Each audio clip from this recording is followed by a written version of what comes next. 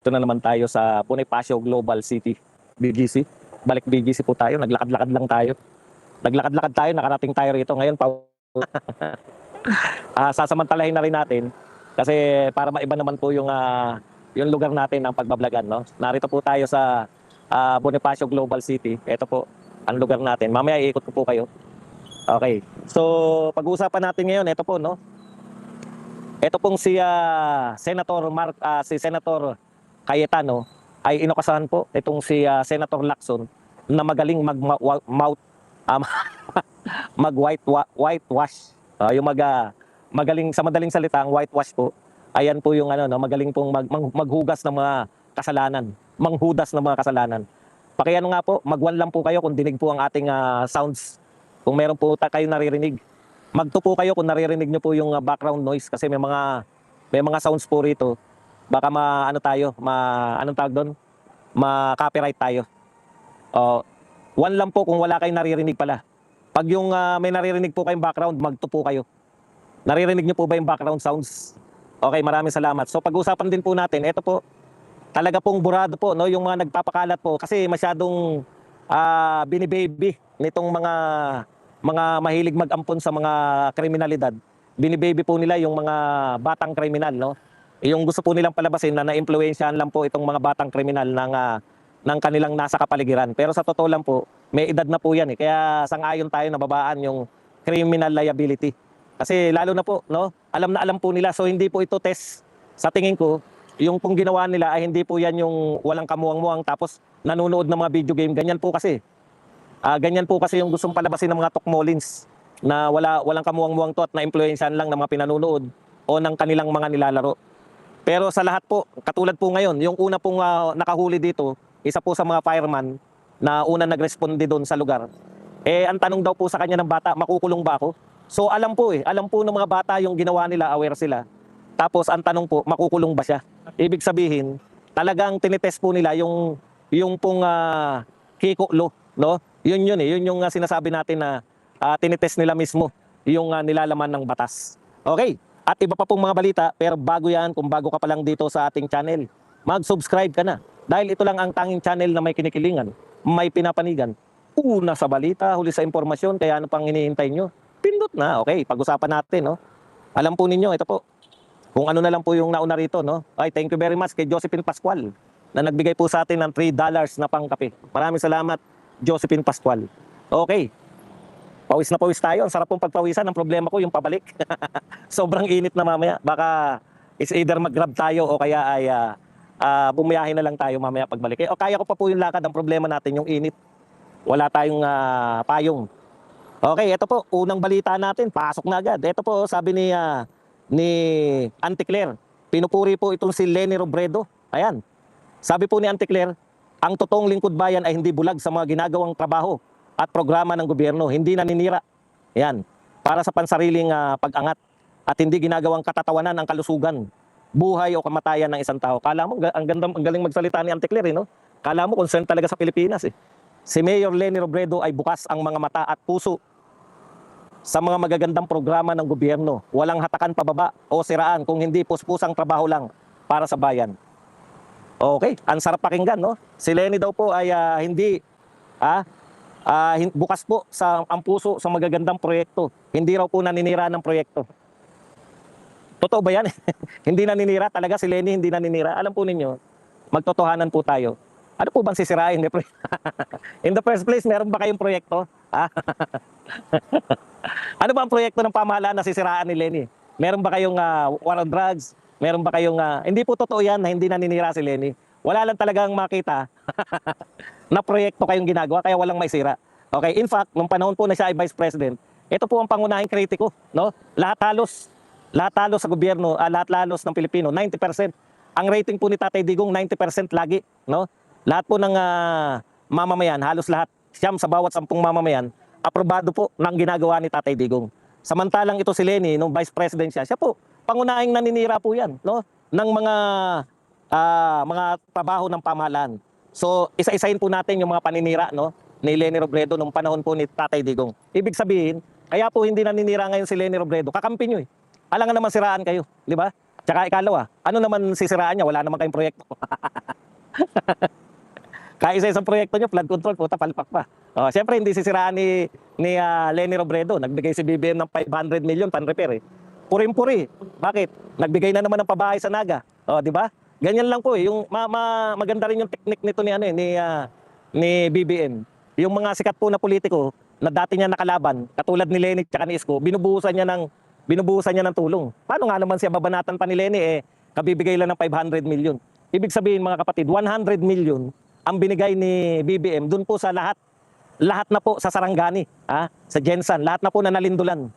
Yan ang bigay ni BBM. Hindi natin alam kung paano po makakarating yan sa mga tunay na naapektuhan. Pero nagbigay po siya. Okay, 100 million. Kay Leni Robredo, ang binigay niya po, wala pong sakuna. Para ayusin lang po yung Jesse Robredo Gymnasium. Ang binigay niya po ay 500 million. Paano mo babanatan yan? 500 million? Tapos ngayon may pabahay pa. Si Kiko naman, mayat maya, si Isko sa Maynila, mayat maya naman, meron tinatawag nating mga ayuda sa Kamaynilaan. Bigay ng bigas, bigay ng kung ano-ano. Bakit sila babanat? Nakikinapang sila. Di ba? Lalo na si Leni. Pero nung panahon po, nang si Leni po ay Vice President, panay po banat niya sa magagandang proyekto ni Tatay Digong. Ito po ay isa-isahin po natin. Baka kasi sabihin ng mga to, pinagmamalaki kasi ni Auntie Claire na hindi raw palabira. No, yung magagandang proyekto po ni Tatay Digong, sino po pangunahing bumibira diyan? Si Leni Robredo. Tulad po ng war on drugs, di ba? Yan.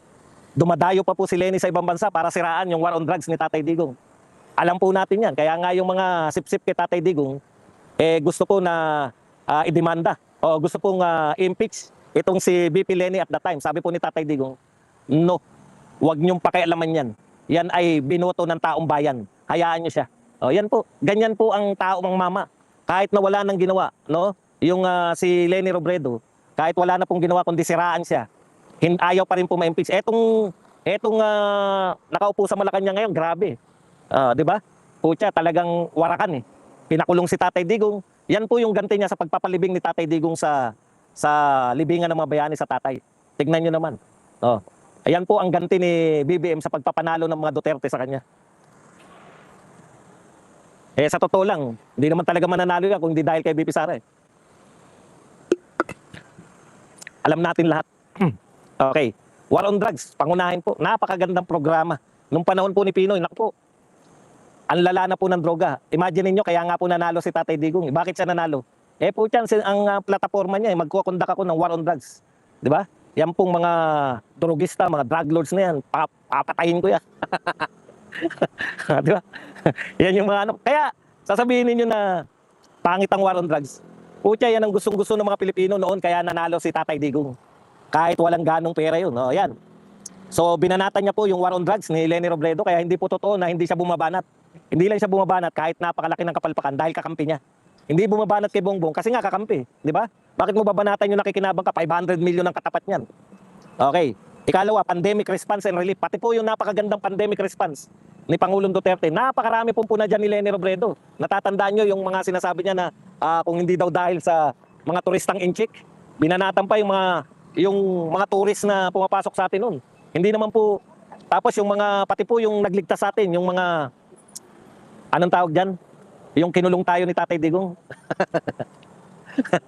Ano na nga yung tawag doon sa tayo ay ano? Hindi quarantine eh. Yung tayo nasa bahay lang. May tawag doon eh. Yun na nga. Pati yung binanatan. Hindi quarantine, yung nasa bahay ka lang. Bawal tayong lumabas, lockdown. Numero unong critic niyan si BP Leni.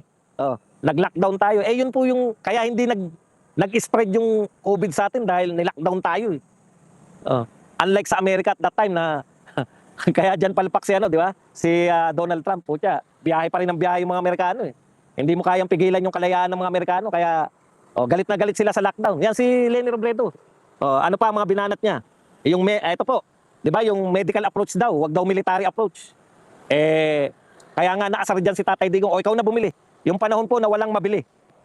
Wala pa po nagtitinda ng bakuna.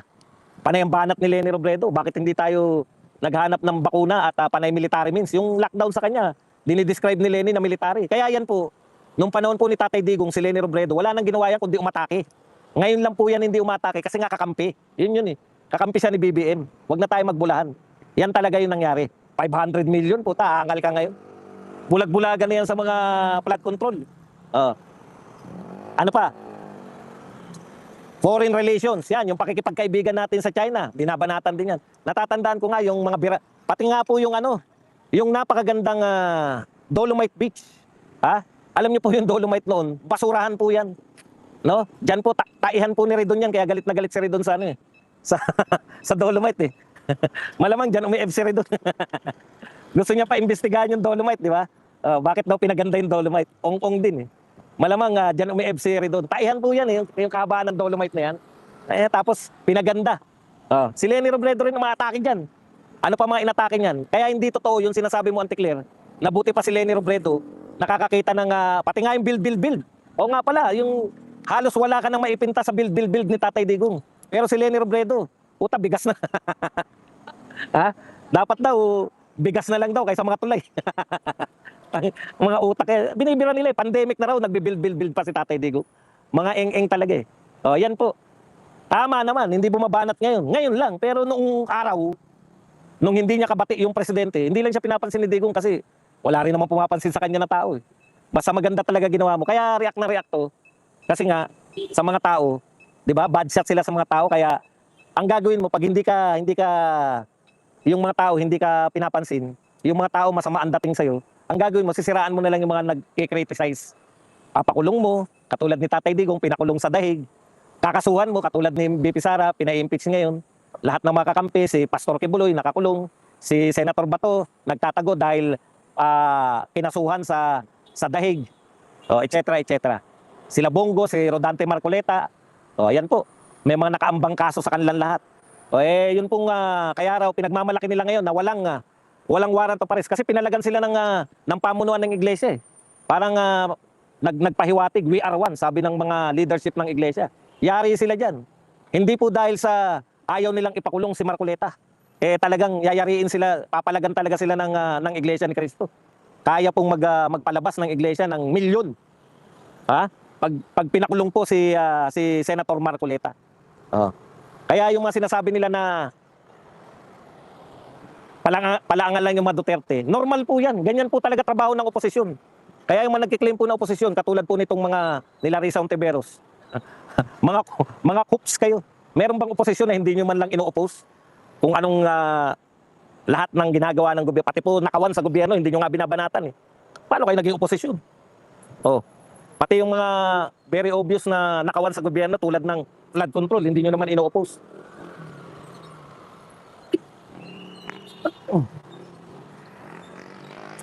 Ang sarap po maglakad. Ang sarap pagpawisan talaga. Naganahan ako buhat nung nagpunta tayo ng panaylakad ako ron eh.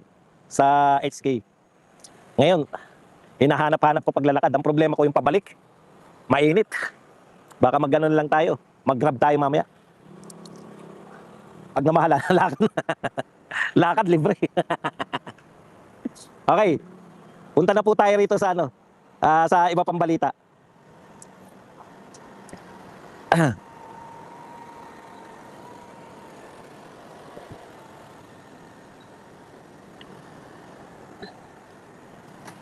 Ito po.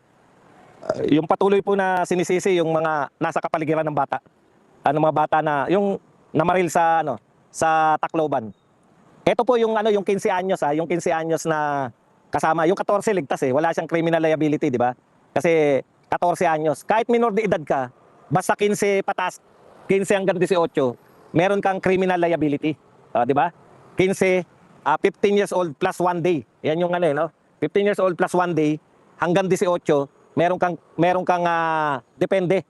Yung criminal liability mo depende sa alam mo ba yung ginagawa mo. Ito po obviously alam nila kasi may convo eh. Merong usapan yung mga bata na dinidiscuss nila na hindi sila makukulong, na ganon. Totoo naman yun.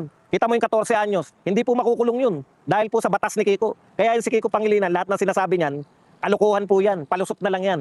Talagang hindi makukulong yung mga bata na yan. Yung sinasabi niya na hindi pa kakawalan, iba po yung hindi pa kakawalan sa makukulong. Pag sinabi po makukulong, kasama ka ng mga preso, ipipreso ka sa kulungan. Ayan po sa bahay payapa o kung ano man ang tawag dyan sa kapayapaan. Bahay kalinga, hindi, bahay, basta yung bahay para sa mga kabataan.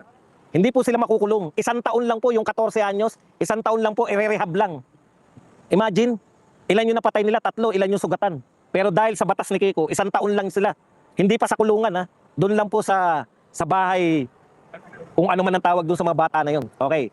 Etong 15 anyos, tinanong niya po, no? Tinanong niya yung humuli sa kanya na ang nakahuli sa kanya na una yung yung fireman, Bureau of Fire.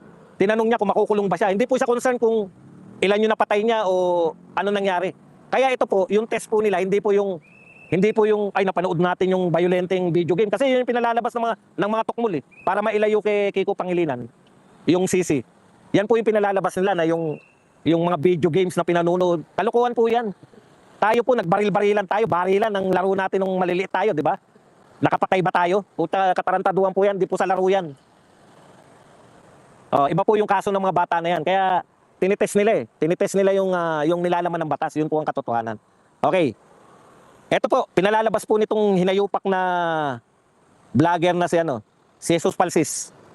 Duterte na naman daw may kasalanan. Putang, matagal na po nakakulong si Tatay Digong doon sa Dahig. Paano magiging kasalanan ni Tatay Digong yan? Kasi marahas daw si Digong. Opo, inaamin namin marahas si Digong. Inaamin namin na marahas po. Pero kanino siya marahas? Marahas si Digong sa mga kriminal. Yan ang pagkakaiba ng karahasan. Karahasan sa mga kriminal at karahasan sa mga inosente. Yung lahat ng mga dating presidente, mararahas po sila sa mga inosente.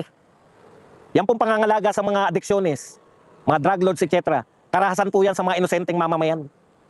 Kaya po si Tatay Digong, okay po yan, marahas siya. Pero sa kriminal, ang takot po nung panahon ni Tatay Digong, mga kriminal. Ngayon, balik na naman tayo sa takot na naman yung mga tao. Kaya, tama yung sinasabi mo, Palsis. Marahas si Tatay Digong sa kriminal. Kayo, kampi kayo sa kriminal Tagapagtanggol kayo ng mga kriminal. Okay. Eto po, punta na tayo rito sa isa pa, no? Sabi po ni Lacson, Ani Cayetano, kung gusto nyong pampaputi, punta kayo kay Senator Lacson kasi magaling mag-whitewash.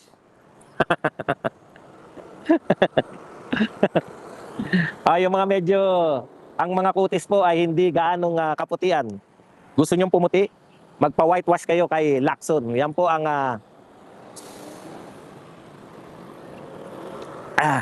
yan po ang tinuran. Yan po ang sinabi nito ni Senator Alan Peter Cayetano. Okay. Ito po ang mga binitawan ni Cayetano laban po kay Lacson sa kanyang pagiging chairman ng Blue Ribbon Committee. Halos lahat ng chairman dyan sinusundan ng ebidensya. During the time of Lacson, kaisa-isa siyang chairman na obvious dinidetermine ang direksyon ng committee. Siya na ang nagtuturo kung sino ang guilty o hindi. Yan po ay ayon kay Senator Alan Peter Cayetano, no? Kaya hindi daw po ebidensya yung sinusundan ni Lacson kung hindi siya na yung nagdedetermine kung guilty o hindi yung isang tao. Kaya sabi ni Lacson, ni Cayetano, kung gusto niyo ng pampaputi, punta kayo kay Senator Lacson kasi magaling mag-whitewash. Ikaw naman, Senator Cayetano, walang ganyonin. Ikaw talaga. Kaya lang po, kasi sa practice po, tignan po natin, di ba? Nung nag-Blue Ribbon chairman po siya, bakit po siya inaakusahan ni Alan Peter Cayetano na nag-whitewash ng investigasyon? Kasi hindi po sila talaga seryoso sa pag-iimbestiga di ba? Shout out kay Placido Piloso po. Hindi naman po talaga seryoso yung pag-iimbestiga ng Blue Ribbon under Lacson. Ilang beses lang po sila nag-imbestiga Ngayon, eto pong sumunod sa kanya, parang ano rin po, sabi nga ni APC rin, ni Cayetano rin, si Erwin Tulfo ay tuta ni Lacson. Ay, binabati nga pala natin si narito po tayo sa Taguig. Ito po ay Cayetano country tong Taguig. Dito ko sila nakita sa BGC, yung mag-asawang Lani at Alan Peter Cayetano. Nung panahon na binabanatan ko pa ng 10K. Yung pala magiging kakampi rin natin si Alan Peter Cayetano. Nagpa-picture din ako. Tawag ko dyan dati, boy 10K. Hinahanap ko asan na yung 10K. Ngayon, bati-bati na muna tayo, boy. Ganyan sa politika. Minsan kalaban mo, minsan kaaway mo, di ba? Yan ang politics Okay. Kaya masanay na po kayo dyan. Yung mga kakampi natin, pinagtatanggol natin si Chis Escudero kamakailan lang. Nung siya po ay binasura niya yung impeachment kay BP Sara. Ngayon, binabanatan naman natin kasi nang hudas. Yan po, wala pong fix sa politika. Dapat po kilala nyo lang yung sinusuportahan nyo. Kung Duterte kayo, Duterte kayo.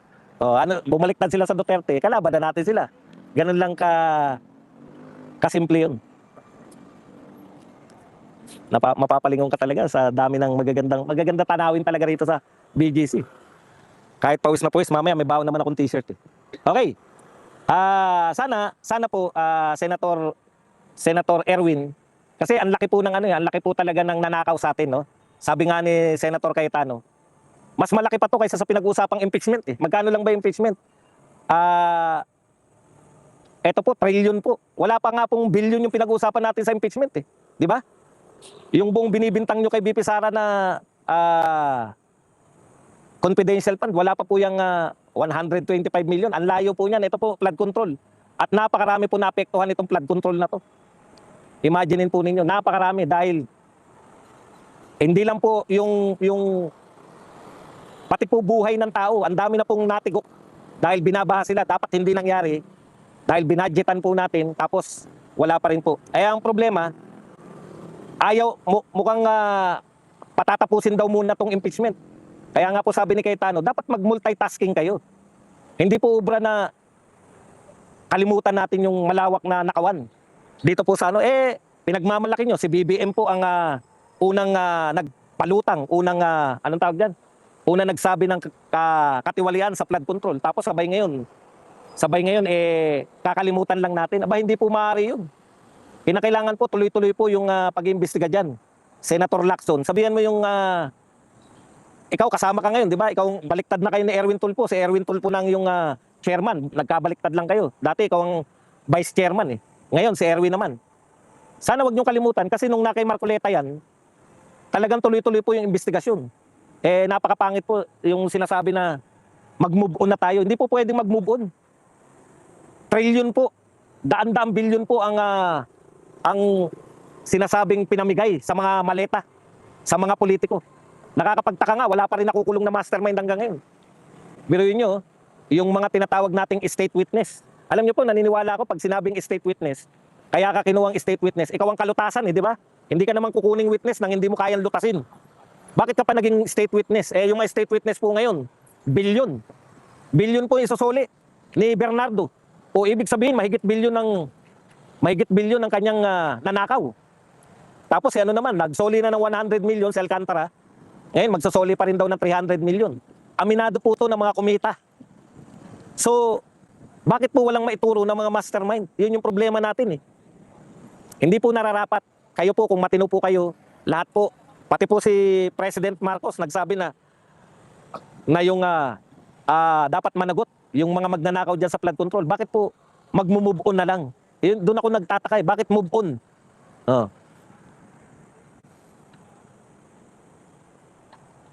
Okay, ito pa sinabi ni Senator Alan Peter Cayetano. During the time of Senator Lacson, kaisa-isa siyang Blue Ribbon Chairman na obvious dinidetermine ang direksyon ng komite. Siya na nagtuturo kung sino ang guilty o hindi.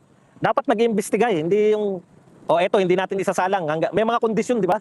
Nagbibigay siya ng kondisyon. Okay, na kailangan nyo muna na magpakita ng Alam nyo po, kay Lacson lang po na uso yung may affidavit ka muna.